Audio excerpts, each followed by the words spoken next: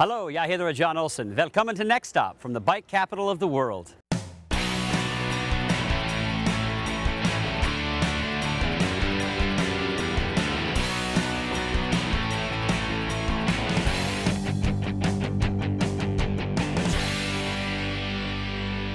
Welcome to wonderful Copenhagen.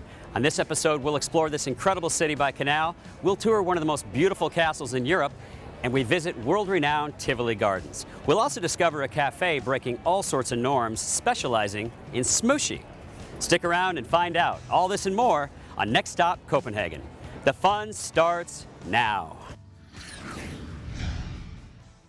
We've toured cities all over the world by bus, by car, by bike, by foot, never by canal. Until today.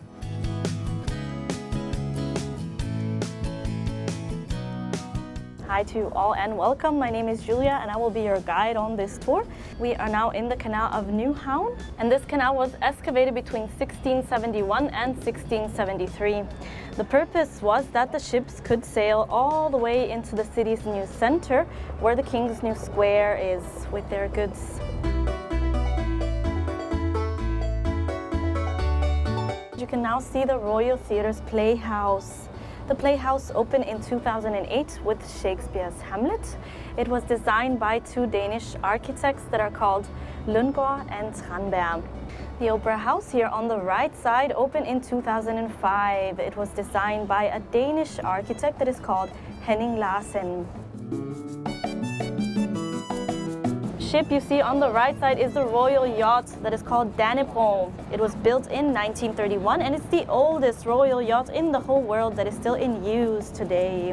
You can now also see two identical buildings. On the right hand side there's actually 4 of these buildings, and this is Amalienborg. Amalienborg is the royal residence since 1794.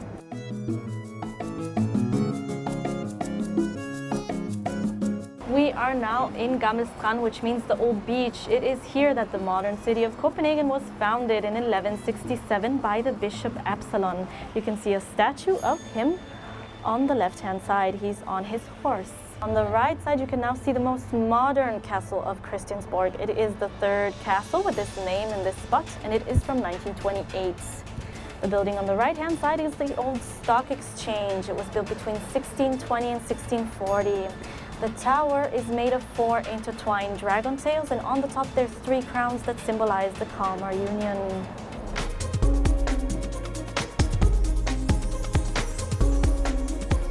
We are now back to where we started, so the tour is over. Me and Jens hope you enjoyed it. Have a nice day and thank you for a nice tour. What are the highlights for you on the tour? Royal Residence and the Canal of Christianshavn, which is for me breathtaking, and the oldest part of the city. Now, we also sailed by the most popular #1 restaurant in the world, Noma. Yeah. Have you been there? No, I haven't. There's a 3-month waiting list now, and the top waiting time was 1 year, I think, in the beginning. Now it's 3 months. I think we'll dine right over there at the local postal stand. Yes. Thank you for your That's time a great today. idea. Yeah, no problem. Hi. You safe?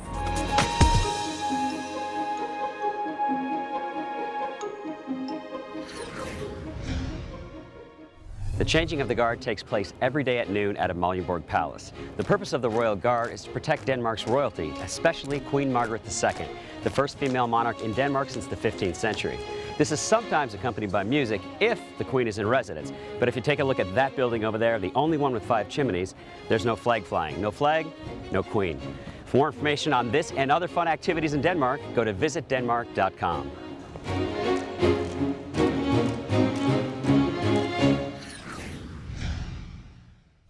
Frederiksborg Slot, or Castle, located in Hillerød, a town about 42 kilometers north of Copenhagen, is the oldest Renaissance palace in Scandinavia, dating back to the early 17th century. It also houses the Museum of Natural History.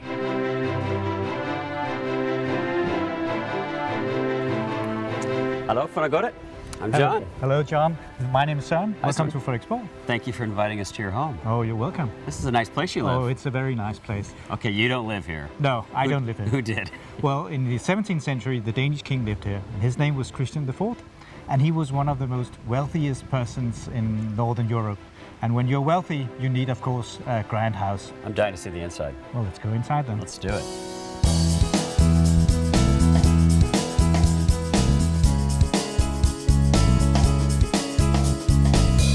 This is an absolutely gorgeous room. It is one of the favorite spots at the museum. Wow. It's also the spot where you can see the kind of decoration which the old castle were made with. It's again made to impress. It's what Renaissance is about. You have to be dazzled.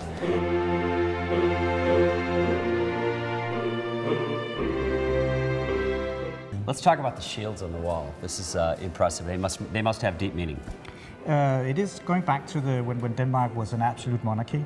Whenever a person is getting one of these shields, he will have his coat of arms made and painted, and he have the shield put up here.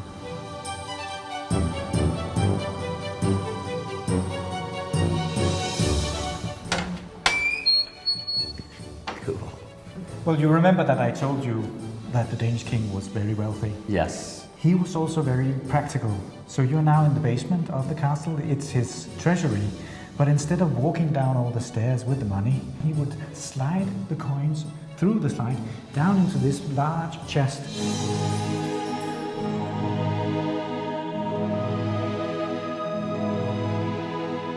Søren, this is one impressive display of art. How many pieces are in here?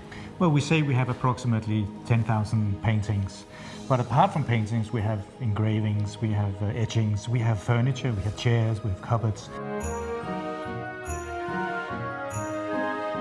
So earlier today, Søren promised us that he would show us where he had his wedding reception. And wow, this is pretty cool, Søren. It is. No wonder it's called the Great Room. You didn't have your wedding reception here. No, but this is a great room. It is, and I wish I had. But it is the Great Room, and it was built by Christian IV for having parties, functions. I can only imagine. You've got a nice office. Thank you. Tak for having us. Selv tak.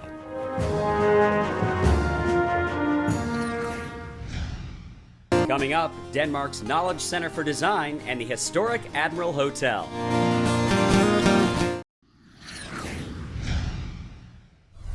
Danish design is well respected throughout the world. To learn more, we visit the Danish Design Center.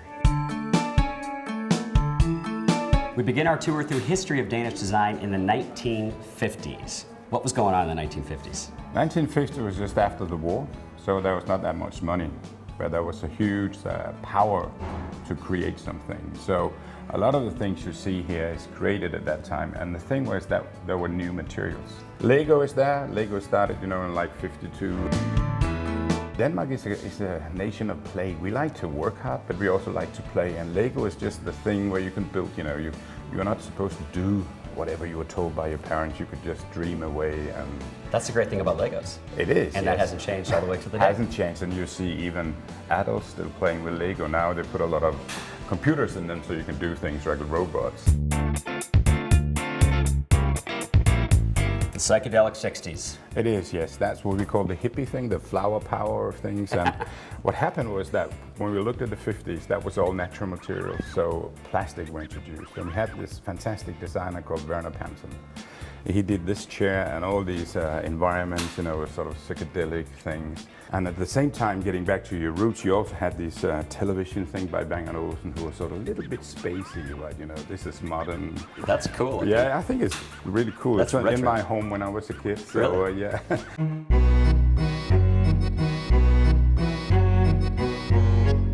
Now we're in the 70s. When I was a kid, I would have liked this thing. Oh, you should have had one. The 70s was sort of, like systems, and the 80s was about systems. How can we get systems to work? The whole idea was, it was not just one thing, it was everything. A lot of that is still current today too, though, because these are the same taps in our hotel room. Yes, and I have them at home, and I think my kids will always have them at home, so they are here. If it ain't broke, why fix it? So now we arrive at the 90s. Yeah, but let's skip the 90s. We didn't do much cool design in the 90s. Very well. Let's go to the next. So now we're in the new millennium, and I love this. That is super cool. That's fantastic. That's a one-off. Is it? But it is a cool thing, and also the lamp is telling you that now materials can do that, and technology is going into design.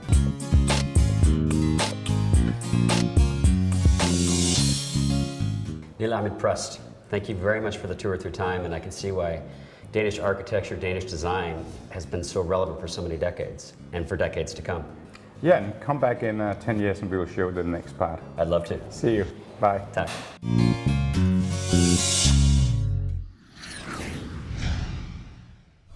Copenhagen is one of the most ambitious cities in the world when it comes to sustainable lifestyle. By the year 2025, Copenhagen plans to be the world's first capital city that is CO2 neutral.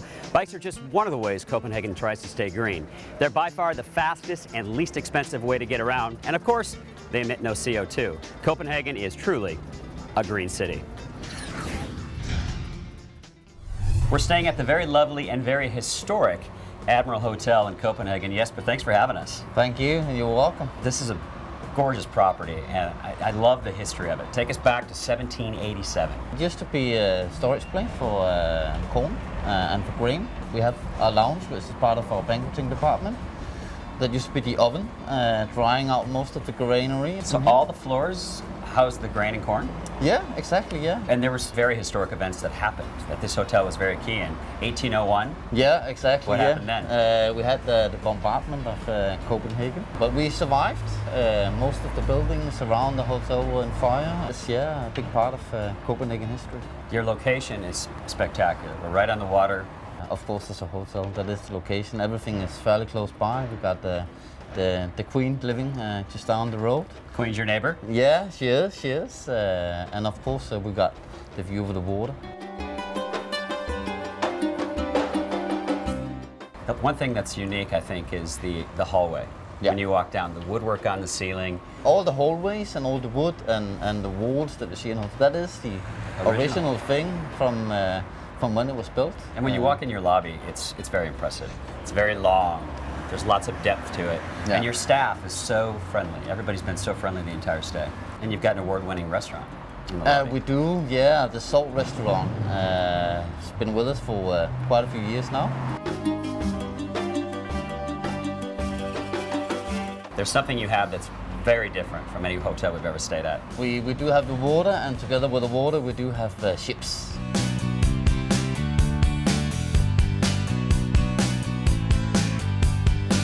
As you can see, this is a very impressive property with a history dating back to the start of our country. On your next trip to Copenhagen, we recommend you stay at the Copenhagen Admiral Hotel.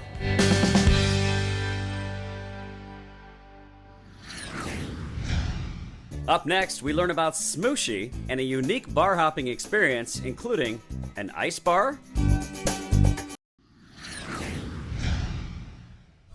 the food scene in Copenhagen is thriving. In fact, for the last 3 years running, they have the #1 rated restaurant in the world. For our food feature today, we're on the main walking street, the Stroll, to feature the Royal Cafe, which is anything but your average cafe. Let's smooshie.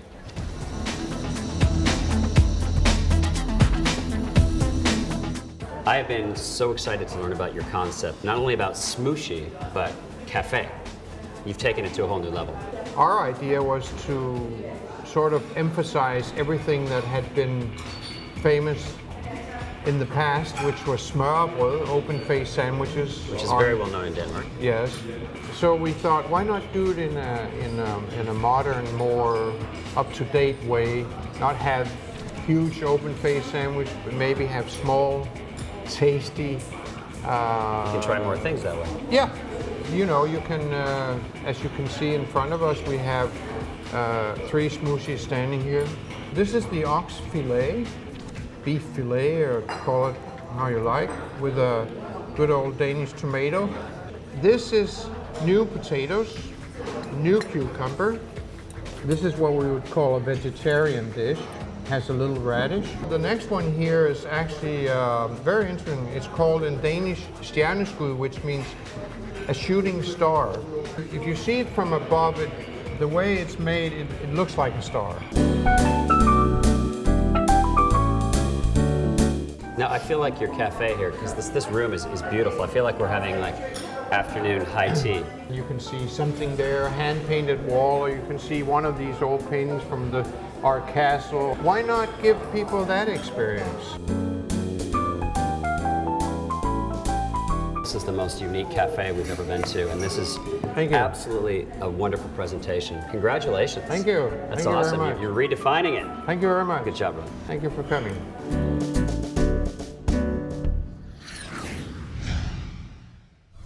We hear that Copenhagen has one of the most active nightlifes in Europe. Let's find out for ourselves. We begin our night at Icebar Copenhagen.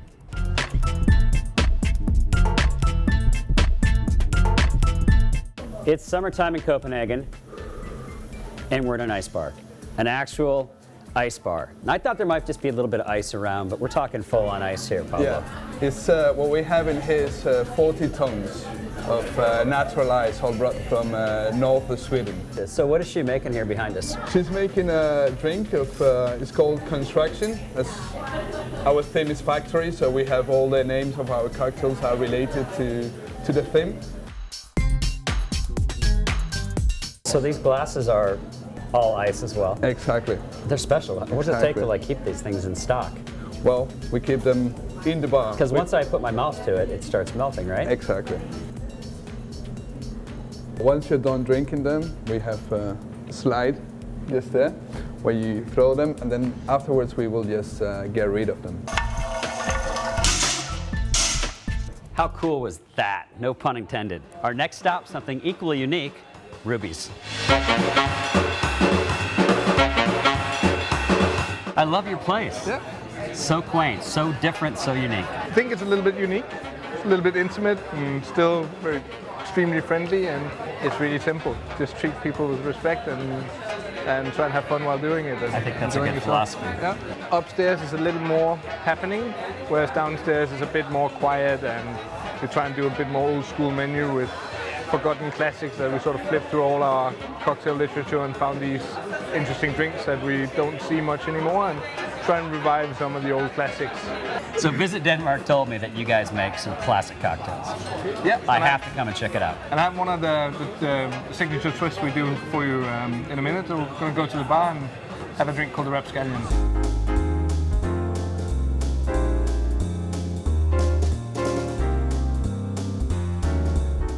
So the other night, my camera guy and I, Mike, were rolling down the street looking for a pub. Just a place to have a beer, an ool, and relax. And we came upon this place, and we loved it. Walking in here, seeing the art on the wall, this is my idea of a real neighborhood pub. But it wasn't always a pub. Actually, it was a grocery store since the 60s, right? And there was this old man down here selling mostly wine and liquor. And in the back, in there, he also, invited his customers on a schnapps, right? So already in the 60s, it was actually a bar. Yeah. You guys have a very special place. We love it. And I would love to end our nightlife segment by taking our schnapps Yes. and having it in the back room. Yes. Let's go.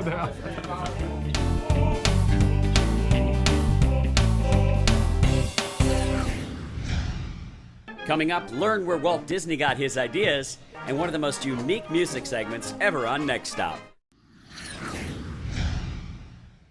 Tivoli's been putting smiles on the faces of Danes for over a century. Let's have some fun. We have Disney, Denmark has Tivoli, a very, very magical place. Started with this guy right here. How did he even invent this place back in the day? 1843. He stole the idea actually from a park in Paris that was called Tivoli. Really? But none of the original parks exist. It's only the Copenhagen one that has managed to survive through to today. How many rides are there? Well, at the moment we have 26, half kiddie rides and half really wild white knuckle type rides. White knuckle. Ah. Yeah. This ride looks interesting. Yeah, it's probably our wildest ride. It's called the Vertigo, would you believe? I can see why we call it, yes. With the power that's in the movement of the ride, can you imagine when it decelerates, all the power that's in actually slowing it down? Yeah, it stores it. So we pick up that power and reuse it. 25% of the electricity that the Vertigo uses is actually regenerating. That's very cool. So we're behind the scenes. This is one of the oldest roller coasters I know that I've ever been around. Yeah, 1914. There are only 6 roller coasters this kind of age in the world. So the brakeman actually sits here.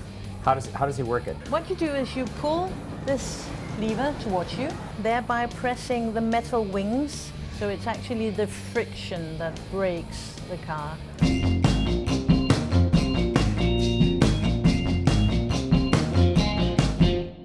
There's more to Tivoli than just the rides. We have the rides, of course, and then the scenery. I hope you can see how pretty that is, and all the architecture, the wining and dining, everything from hot dogs to gourmet meals. And then we have all the entertainment. So there's free music every day. Once you've paid admission, you get free concerts.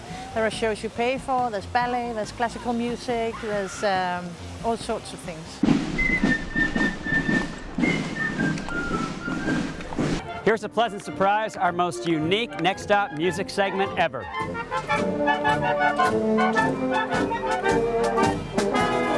It's so cool what you guys do. Thank you. What are the age ranges? Around 8 years to 16. I'm 16 now, and I've been in the Guard 5-6 years. So I'm looking forward to. You're retiring. Exactly. Yeah. I'm actually am. Yeah.